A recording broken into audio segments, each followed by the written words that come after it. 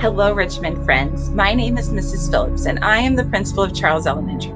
This evening, you are going to listen to the story, Bartholomew and the Oobleck by Dr. Seuss, and you are going to hear it from our very own teachers and staff from Charles Elementary.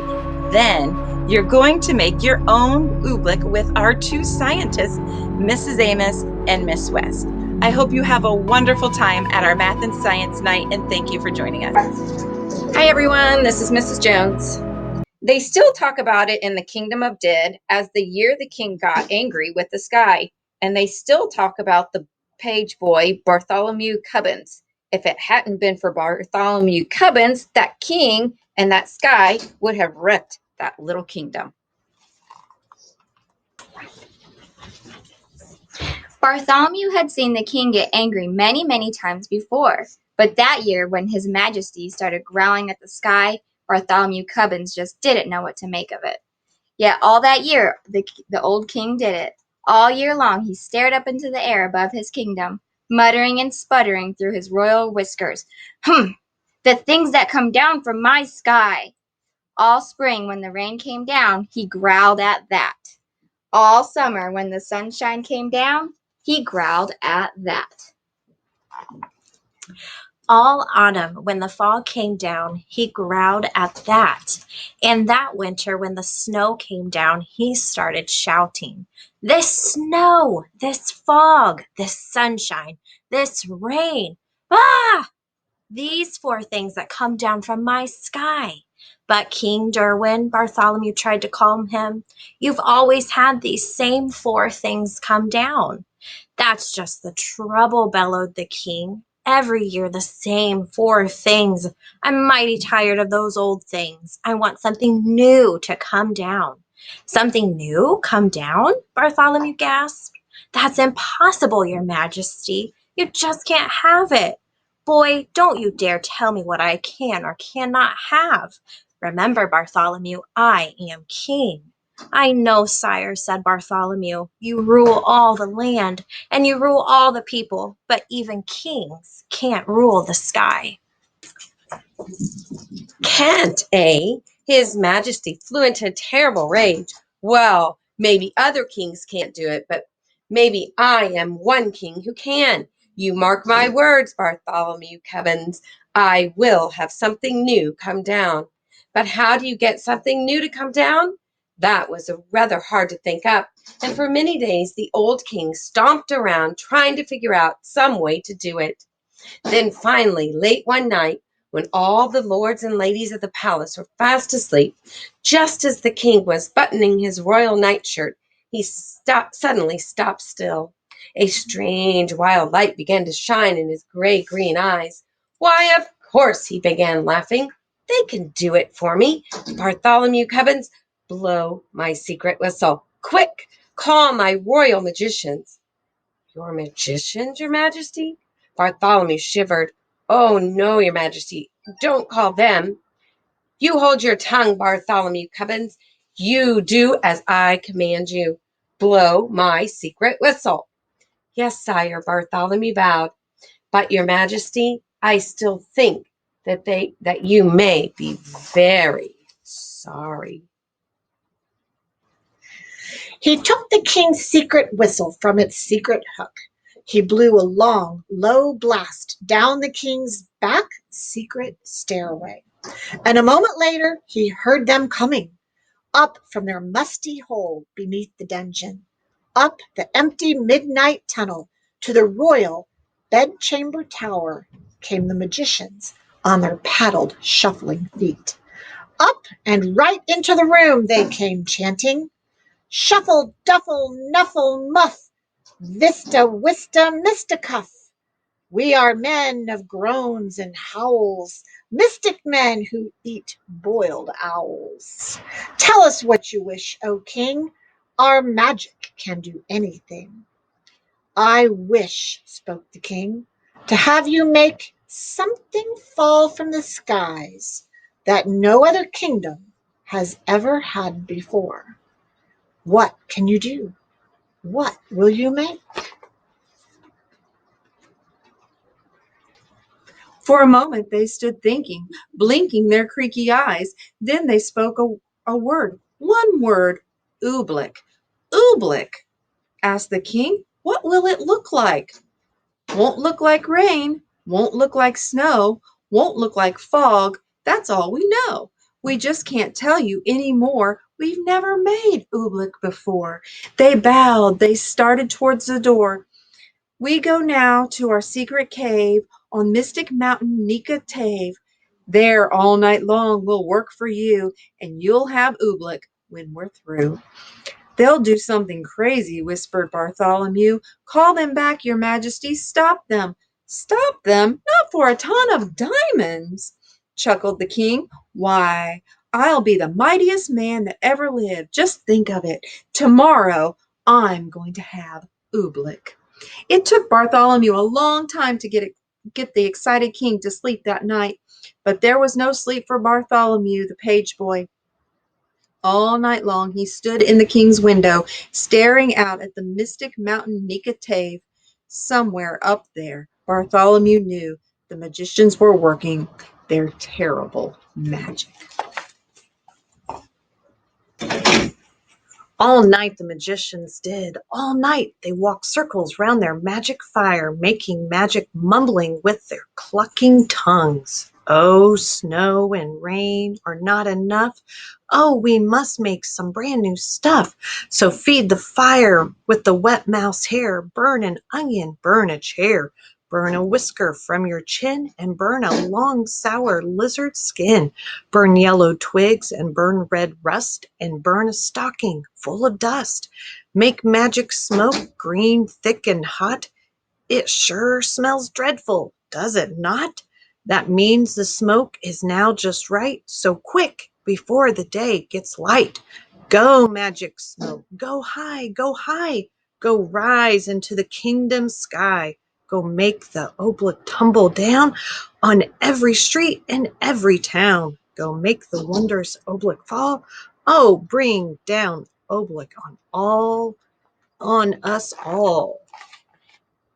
Dawn was just breaking, and Bartholomew was standing, trembling, watching at the bedchamber window. But now, as the sun rose, Bartholomew smiled. Those silly magicians hadn't done a thing. Then suddenly Bartholomew Cubbins stopped smiling. Was he seeing things? No, there was something strange up there in the sky. At first it seemed like a little greenish cloud, just a whisper of greenish steam, but now it was coming lower, closer, down towards the fields and farms and houses of the sleeping little kingdom. It was swirling around the topmost turrets of the palace. Tiny little greenish specks were shimmering in the air right over his head. Little greenish blobs just about the size of grape seeds. He stretched out his hand. He started to catch one. Then he pulled his hand back. There was something frightening about those blobs. Bartholomew slammed the window shut. Wake up, your majesty, he shouted. Your Oobleck! It's falling. The king sprang out of his royal bed sheets. Oh my, royal whiskers, it is, he cried. Oh, that beautiful Oobleck. And it's mine, all mine. I don't look like the looks of those blobs, sir, said Bartholomew. They're coming down now as big as greenish peanuts. The bigger the better, laughed the king. Oh, what a day. I'm going to make it a holiday.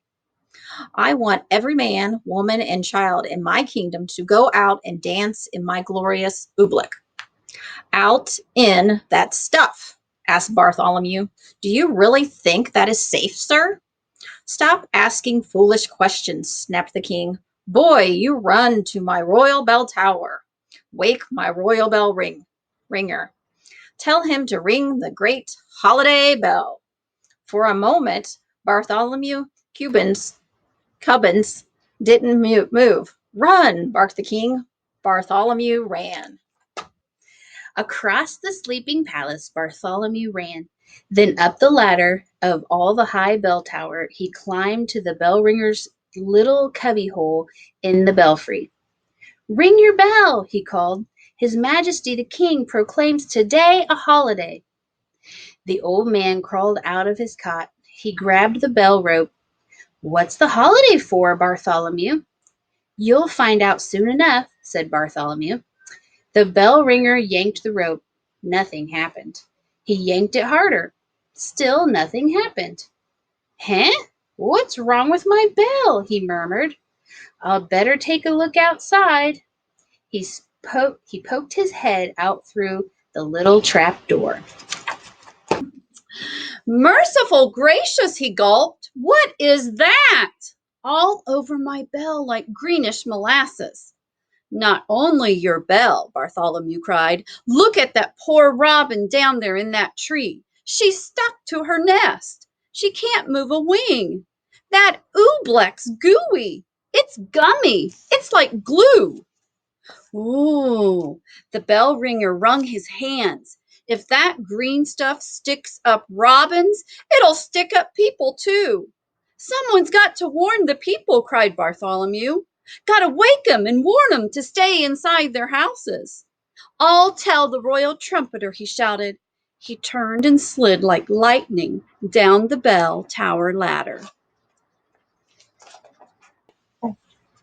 To the trumpeter's tower raced Bartholomew Cubbins, and on up the steps 4 stairs at a time. As he ran, he could hear the plop plop of the oobleck on the window panes. It was pelting against the palace walls as big as greenish cupcakes now. He yanked the covers off the snoring trumpeter. He shoved his cold trumpet right into his sleeping hands. "Get up! Warn the people! Blow the alarm!" "Alarm?" yawned the trumpeter. Then his eyes saw the oobleck.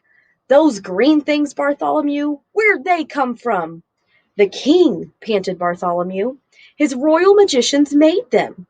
The royal trumpeter leapt from his bed. "That king of ours should be ashamed." He jabbed his trumpet out of the window. "I'll blow," he shouted, "the loudest alarm that's ever been heard in the kingdom of Did." But all the royal trumpeter blew was a glug. "My horn," he gulped. "One of those green things flew inside it." He tried to blow it out. He couldn't blow it out. He tried to shake it out. He couldn't shake it out. "I'll get it somehow," he yelled. "I'll pull it out." "No," shouted Bartholomew. "Don't you touch it." The trumpeter's hand was already in it. His fingers grabbed hold of the lump of oobleck. He could feel it squiggle around in his fist like a slippery potato dumpling made of rubber. He pulled with all his might. The oobleck began to stretch. Then, glong! The oobleck snapped back inside the trumpet. It yanked his arm back with it right up to the elbow. "I can't wiggle a finger," the trumpeter wailed. "Oh, Bartholomew, what'll I do?" "I don't know, and I hate to leave you stuck to your horn. But if you can't warn the people of the kingdom, I've got to find someone who can." Out of the room and down the stairs raced Bartholomew Cubbins. Down to the chamber of the captain of the guards. The captain was humming in front of his mirror, combing the ends of his handsome mustache. "Captain, do something!" shouted Bartholomew. "Do something? Why?" smiled the captain. "What's wrong?" "Captain, haven't you seen the dreadful oobleck? It's coming down now as big as greenish baseballs." "Oh, that stuff," laughed the captain. "What's so dreadful about that, lad? You know, I think it's rather pretty." "Captain," pleaded Bartholomew, "it's dangerous." "Nonsense," snorted the captain. "Lad, are you trying to frighten me? Captains, my boy, are afraid of nothing. That stuff is harmless. I'll show you. I'll eat some." "Eat some?" gasped Bartholomew. "Oh, no!" But before Bartholomew could stop him, the captain was leaning out his window, scooping up some oobleck on the end of his sword. "Don't, Captain, don't!" The captain did. By the time Bartholomew dragged him back inside the room, his mouth was glued tight shut with the oobleck. He tried to speak, but no words came out. All the noble captain of the guards could do was blow a lot of little sticky greenish bubbles. Forgive me for leaving you, Captain, said Bartholomew, but a captain full of bubbles is no help at all. Bartholomew stretched the poor man out. He left him there on his chamber floor. Bartholomew went tearing through the zigzag palace hallways. I'll get the king's horse. I'll ride through the country. I'll warn the people of the kingdom myself. He pushed open the door that led out to the royal stables. Bartholomew stopped. He could go no further. The awful Oobleck was plumping down as big as greenish footballs now. Too late to warn the people of the kingdom. There were farmers in the field getting stuck to the hoes and the plows. Goats were getting stuck to ducks. Geese were getting stuck to cows. Outside the palace, it was piling up great greenish tons of Oobleck, deeper and deeper on every roof in the land. There was nothing that Bartholomew Cubbins could do there. Shaking his head sadly, he stepped back inside. But inside, a moment later, it was just as bad as out. With an angry roar, the Oobleck was suddenly hitting the palace harder. It was battering and spattering against the walls, as big as greenish buckets full of gooey asparagus soup. Like a sinking sailboat, the whole palace was springing leaks. The Oobleck was ripping the windows right off their hinges. It was dripping through the ceilings. It was rolling down the chimneys. It was coming in everywhere, even through the keyholes. From every bedroom in the palace came the howls of lords and ladies. Frightened in their nightgowns, they came jumping to their doors. Go back to your beds. Get under your blankets. Bartholomew Cubbins went crying through the halls, but nobody paid the slightest attention. Everyone in the palace started rushing madly about.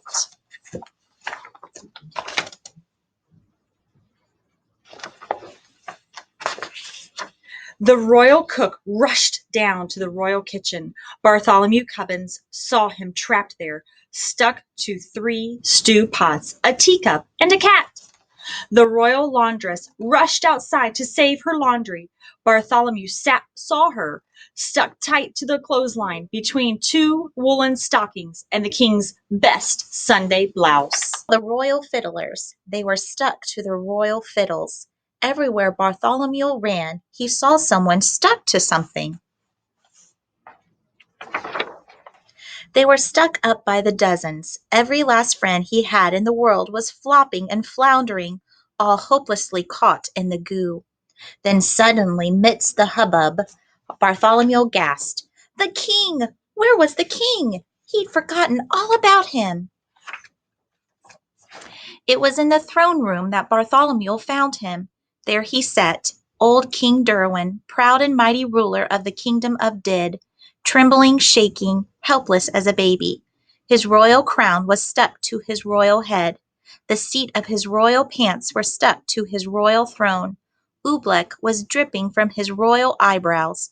It was oozing into his royal ears. "Fetch my magicians, Bartholomew," he commanded. "Make them say some magic words. Make them stop the Oobleck falling." Bartholomew shrugged his shoulders. "I can't fetch them, your majesty. Their cave on Mountain Nekatave is buried deep in Oobleck." "Then I must think of some magic words," groaned the king. "Oh, what are those words my magician says? Shuffle, duffle, muzzle, muff? That's all I can remember, and they don't do any good. The Oobleck keeps on falling harder." Bartholomew Cubbins could hold his tongue no longer. "And it's going to keep on falling," he shouted, "until your whole great marble palace tumbles down. So don't waste your time saying foolish magic words. You ought to be saying some plain, simple words." "Simple words? What do you mean, boy?" "I mean," said Bartholomew, "this is all your fault. Now, the least you can do is say the simple words, 'I'm sorry.'" No one had ever talked to the king like this before. "What?" he bellowed. "Me? Me say I'm sorry? Kings never say I'm sorry. And I am the mightiest king in all the world." Bartholomew looked the king square in the eye. "You may be a mighty king," he said, "but you're sitting in Oobleck up to your chin, and so is everyone else in your land. And if you won't say you're sorry, you're no sort of king at all. Bartholomew Cubbins turned his back. He started for the throne room door. But then Bartholomew heard a great deep sob. The old king was crying. Come back, Bartholomew Cubbins. You're right. It is all my fault, and I am sorry. Oh, Bartholomew, I'm awfully, awfully sorry. And the moment the king spoke those words, something happened. Maybe there was something magic in those simple words. I'm sorry. Maybe there was something magic in those simple words. It's all my fault. Maybe there was, and maybe there wasn't. But they say that as soon as the old king spoke them, the sun began to shine and fight its way through the storm. They say that the falling oobleck blobs grew smaller and smaller and smaller. They say that all the oobleck that was stuck on all the people and on all the animals of the kingdom of Did just simply quietly melted away. And then they say Bartholomew took the old king by the sleeve and led him up the steps of the high bell tower. He put the bell rope into His Majesty's royal hands, and the king himself rang the holiday bell. Then the king proclaimed a brand new national holiday in honor of the 4 perfect things that come down from the sky. The king now knew that these 4 old-fashioned things, the rain, the sunshine, the fog, and the snow, were good enough for any king in all the world, especially for him, old King Derwin of Did.